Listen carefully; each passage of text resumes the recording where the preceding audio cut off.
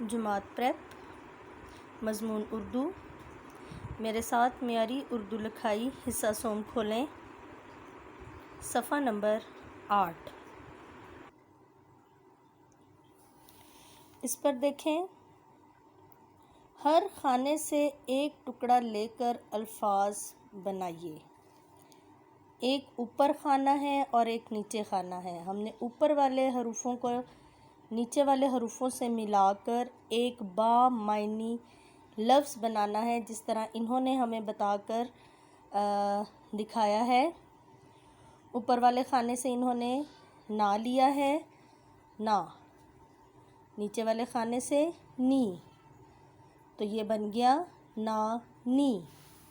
ये रहा इनका बामायनी लफ्ज़।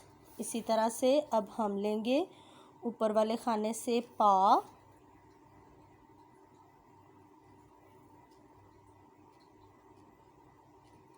और नीचे वाले खाने से नी, पानी। इसके बाद ऊपर वाले खाने से रा और नीचे वाले खाने से नी, रानी। इसके बाद ऊपर वाले खाने से चा और नीचे वाले खाने से बी, चा बी। फिर है ऊपर वाले खाने से जा और नीचे वाले खाने से ती, जाती। इसी तरह से नानी के नीचे आए, ऊपर वाले खाने से हम लेंगे का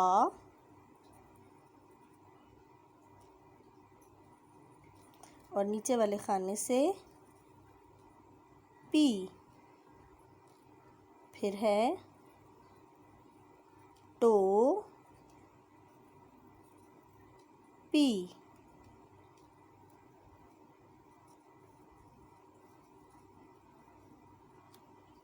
छो, टी। रो, ती। इसके बाद बो, ती। फिर देखें, ऊपर वाले खाने से मो और नीचे वाले खाने से टी। यहाँ से एक और लफ्ज़ बनेगा मोड़ी। फिर देखें, मो मोड़ी। ठीक है। फिर बनता है मोती, मोती। ये रहे सारे बामायनी के, इनका कोई ना कोई मतलब है। मो के बाद है चो। फिर देखें, चो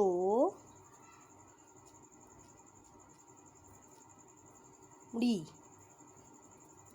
इस काम को पहले आप रफ़ कॉपी पर सीखेंगे, इसके बाद इस किताब पर लिखेंगे। पहले रफ़ कॉपी पर सीखने के बाद फिर आप अपनी इस राइटिंग को नीट करेंगे, नीट कॉपी की तरफ आएंगे। ठीक है। इसके अलावा घर के काम के लिए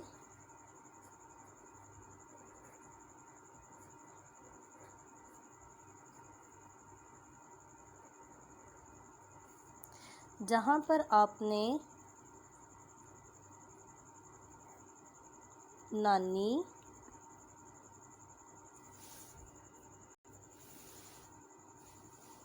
और चाबी का जुमला बनाया था, उसके नीचे आप खाना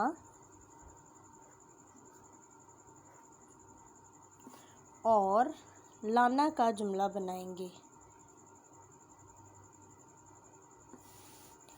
ये काम आप नीट कॉपी पर करेंगे, और जब जुमला बनाएंगे तो खाना का जुमला और लाना का जुमला लाइन के साथ शुरू करेंगे और जहाँ आपका जुमला ख़त्म होगा वहाँ ख़त्मे का निशान आप लगाएंगे, जिसको इंग्लिश में फुल स्टॉप और उर्दू में ख़त्मा कहते हैं।